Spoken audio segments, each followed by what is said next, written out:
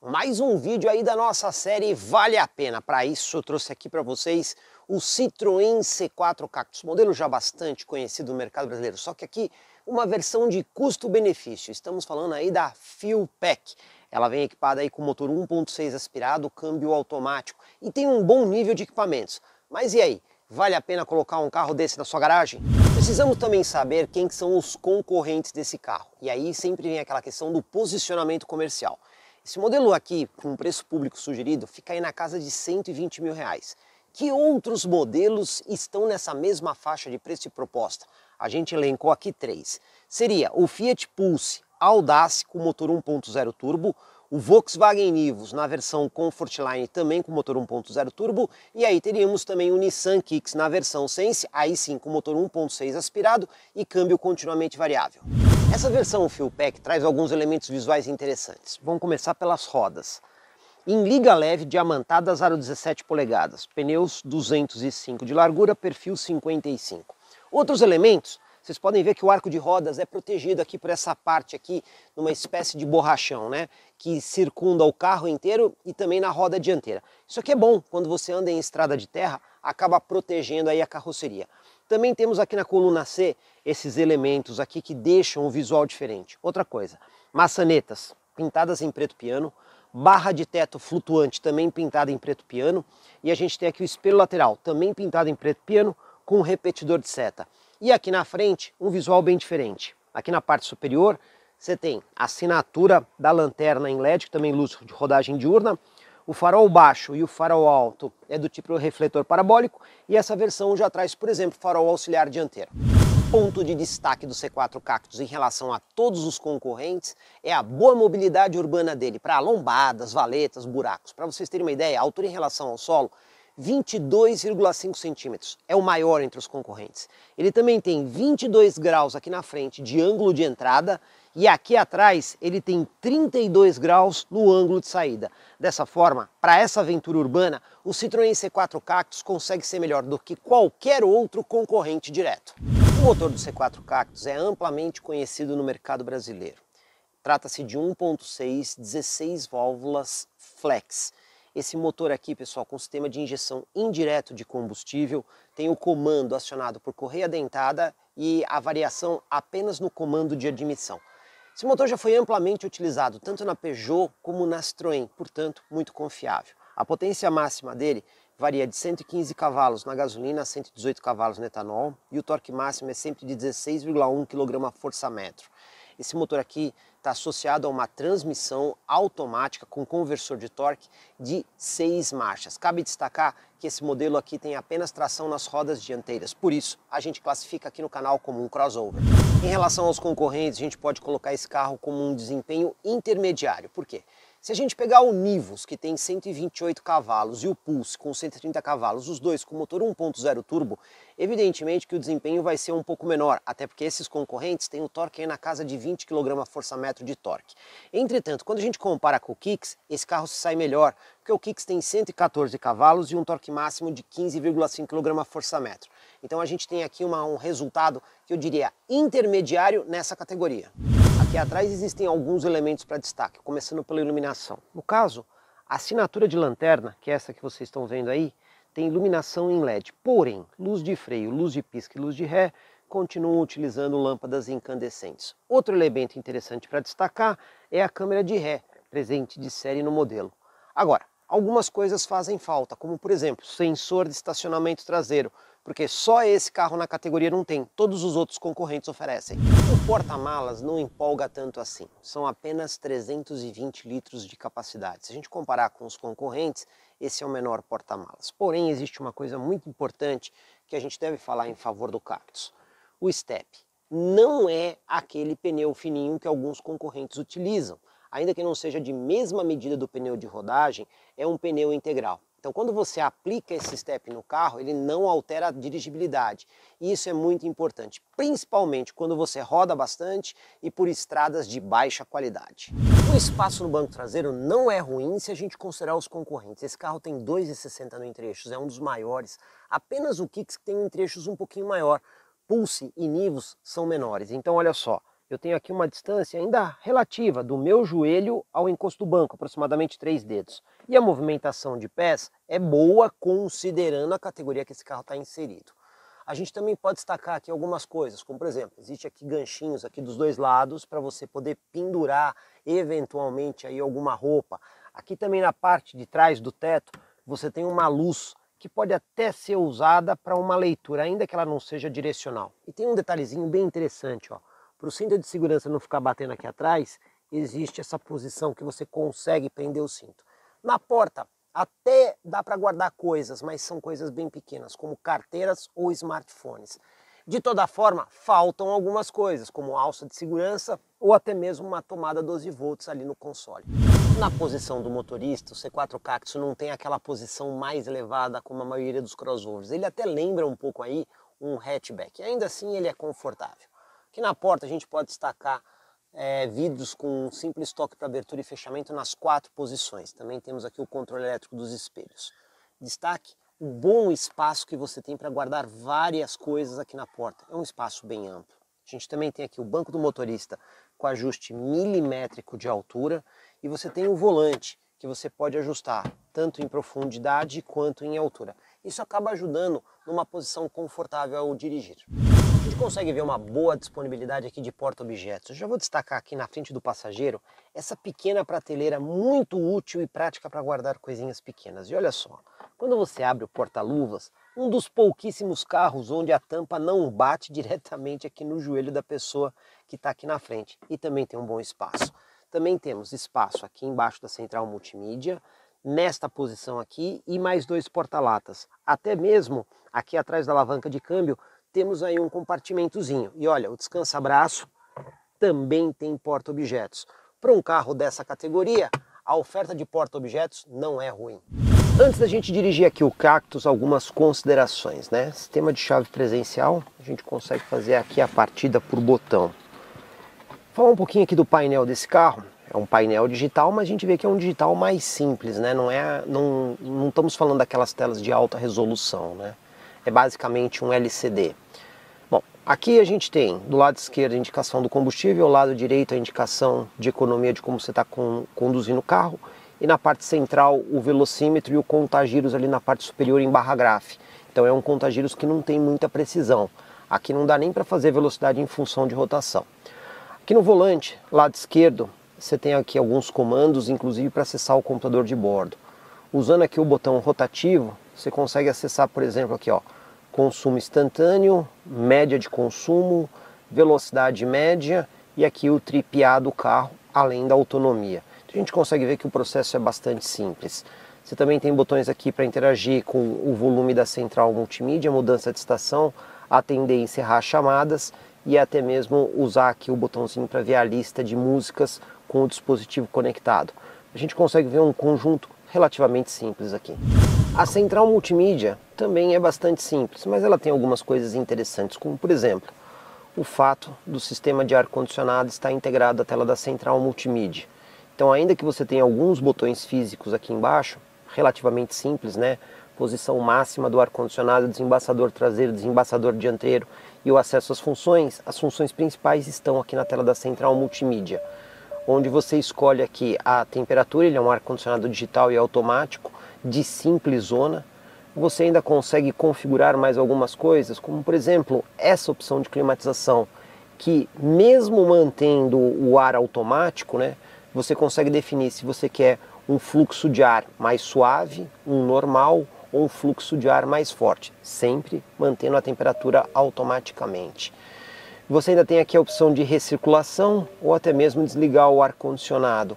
A tela da central multimídia você ainda tem acesso a algumas funções do veículo, como por exemplo, algumas configurações do próprio carro ou ainda o indicador de pressão dos pneus que está integrado aqui à central multimídia. Essa central não tem GPS embarcado, então quando você aperta aqui navegação, ela vai justamente para a integração Android Auto e Apple CarPlay, que só é feita por cabo. Inclusive, uma das utilizações interessantes dessa prateleirazinha que tem à frente do passageiro da frente, pode ser justamente deixar aqui o seu smartphone, além de outras posições, né? Você também teria esta posição aqui no painel que não é muito boa, ou ainda aqui à frente da alavanca de câmbio. Mas a posição mais prática que eu acho mesmo acaba sendo essa posição aí na frente do passageiro dianteiro. Então aqui você vai ter todas as funções do Android Auto ou do Apple CarPlay. Então você vai poder usar, por exemplo, o Waze no caso do Android Auto, ou ainda usar o Maps. E os aplicativos que forem compatíveis, você também vai poder fazer uso desde que estejam aí na plataforma do Android Auto. Hora da gente dirigir aqui o carro, só vou fazer uma observação. Olha, o cinto de segurança aqui não tem ajuste de altura, então algumas pessoas podem ficar um pouquinho incomodadas aqui com essa posição. Vamos lá, engatando aqui ré, a gente tem aí a câmera de ré, que não tem nenhum modo especial de visão. É apenas essa aí que vocês estão vendo, tem a linha de guia, porém ela não é dinâmica. Resolução não é ruim.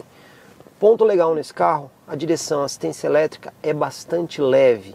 Isso aqui agrada bastante porque dá um prazer ao dirigir e facilidade aí nas manobras. Agora, falta aqui sensor de estacionamento traseiro, né? Então se você não prestar atenção na câmera e se aproximar muito de um obstáculo, pode ter problema.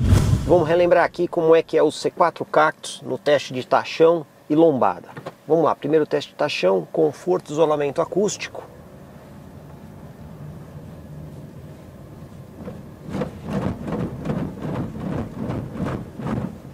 Não é uma suspensão nem muito dura, nem muito suave. Agora o isolamento acústico acaba deixando um pouquinho a desejar.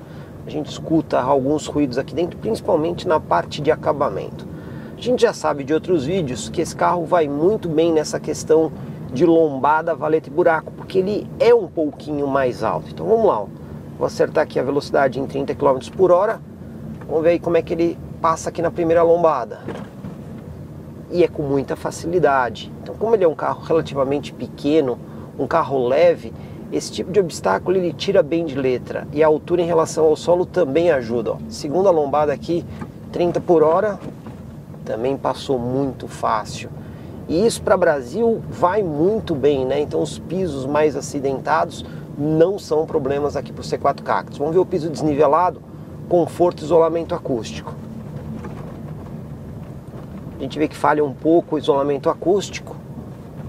Terceira lombada. Ele tira de letra essas coisas de obstáculos, né? Suspensão mediana, né? Não chega a ser super confortável, mas supera com muita facilidade lombadas, valetas e buracos. Nas 4 lombadas, passou com tranquilidade, sem bater e sem raspar. Manobra de fim de rua, vamos ver o espaço que esse carro utiliza. Parando aqui no nosso ponto de referência, 1 volta e meia de volante. O volante é verdadeiramente leve, muito gostoso de utilizar. Vou até encostar aqui o pneu na guia. Faz falta aqui o sensor de estacionamento dianteiro nesse carro, mas é uma versão intermediária, né, pessoal? Bom, câmera de ré, volante bastante leve. E olha só, considerando que esse é um carro relativamente pequeno, até que usou bastante espaço, né? Porque ele saiu aqui do meio da pista deslocadinho aqui um pouco para a esquerda. Pelo tamanho, eu esperava um espaço menor. De toda forma, volante bastante leve. Agora, que faz falta sensor de estacionamento dianteiro e traseiro, ainda que tenha a câmera de ré, faz. Vamos pegar a estrada aqui com o Cactus, mas antes, aquele acesso ali no semi-urbano para a gente poder lembrar um pouquinho como é que é o desempenho. É um motor 1.6 aspirado, mas ele até que conversa bem com o câmbio automático. Então, quando você está usando o carro em baixa velocidade, sem carga, a gente percebe que o conjunto aqui está bem dimensionado, né? Então ele não força tanto assim o câmbio e você até consegue ter aí um giro relativamente baixo. O que falta mesmo é uma precisão um pouquinho maior ali do conta-giro, que por ser barra grave, você só tem indicações de 500 em 500 giros, né? Mas de toda forma, o ruído não invade tanto aqui dentro o interior da cabine por conta aí da baixa rotação. Agora, quando você começa a ganhar um pouquinho mais de velocidade, vem para a estrada e aí você precisa fazer aí uma retomada de velocidade, acelerar um pouco mais o carro, aí é que você começa a perceber um pouquinho mais de falta de torque, né? Não é um motor turbo, então por ser um motor aspirado e um câmbio automático, você precisa acelerar um pouquinho mais para o carro reagir. Mas depois que ele ganha velocidade, até que a gente não tem um giro tão alto assim, a gente está aqui em aproximadamente 120 km por hora, a rotação está ali na casa de 2.500 rotações aproximadamente. Vamos lá para o nosso teste de retomada de 60 para 120. Vamos ver aí como é que o carro se comporta. Primeiro reduzir aqui para os 60, vamos pisar tudo agora. Você percebe que por ser um motor aspirado, demora um pouquinho, né, para reagir. Câmbio automático também, né, não tem aquela relação variável aí de um CVT. Então, agora chegando aqui no 120 por hora. Como vocês estão vendo, desempenho não é necessariamente o forte aqui do modelo. Vamos aqui para o nosso teste de aceleração de 0 a 100, pessoal. Já vou aproveitar para dizer para vocês que esse câmbio aqui tem o modo normal de condução, o modo eco, quando você aperta aqui ele aparece ali o eco no painel, e o modo Sport, não tem pedal shift, então nós vamos usar aqui o modo Sport. Vamos lá, fazer nossa largadinha estolada e saindo. Como a gente vê, ele é um pouquinho lento, né? Precisa insistir aí um pouquinho, giro vai um pouco alto. Vamos lá. Aí, 0 a 100 do carro, 13,76 segundos. É alto, né? Hora da gente testar aqui o Cactus numa estradinha de terra. Ainda que ele não tenha tração nas 4 rodas, né? Para esse uso de estradas de terra mais suaves, ele vai muito bem. Aliás, melhor do que qualquer outro concorrente dele na mesma faixa de preço. Por quê? Porque como a gente viu lá no teste de lombadas, esse carro é mais alto, né? Então ele consegue superar esse tipo de situação aqui de forma bastante tranquila. A suspensão dele, ainda que não seja assim super confortável, ela é bastante resistente. Então você consegue, digamos assim, forçar um pouco mais nesse tipo de terreno e não ter problema com o carro. Mas como vocês perceberam, o isolamento acústico do carro não é exatamente aquela primazia. Mas o importante é, não vai bater, não vai raspar e vai tirar com muita tranquilidade esses pisos mais acidentados no que diz respeito a não danificar o veículo nessas situações.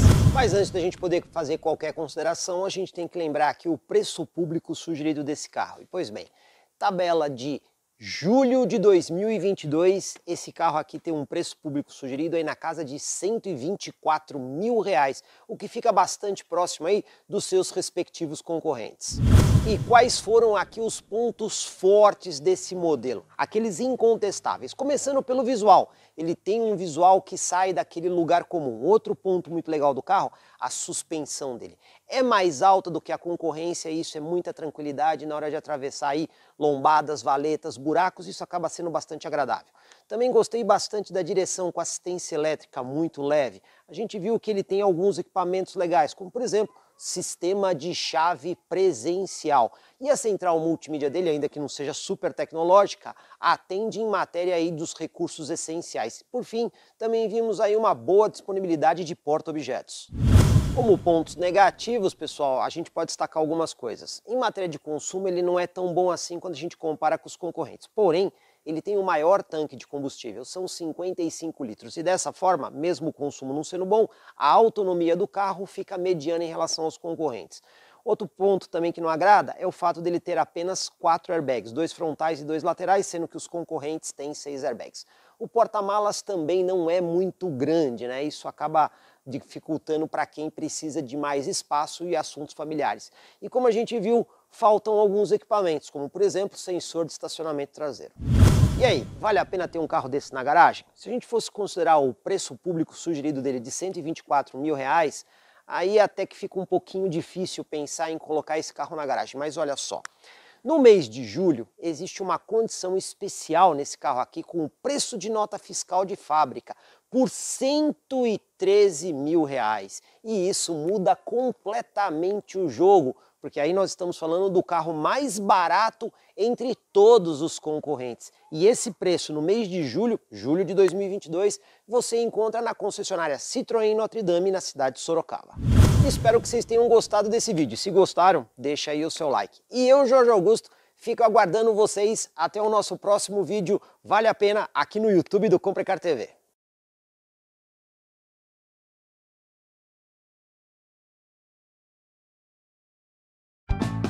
Comprecar é ideal para quem quer vender. Comprecar é ideal para quem quer comprar. Se precisou vender ou comprar, acesse hoje mesmo Comprecar. Acesse comprecar.com.br. Comprecar.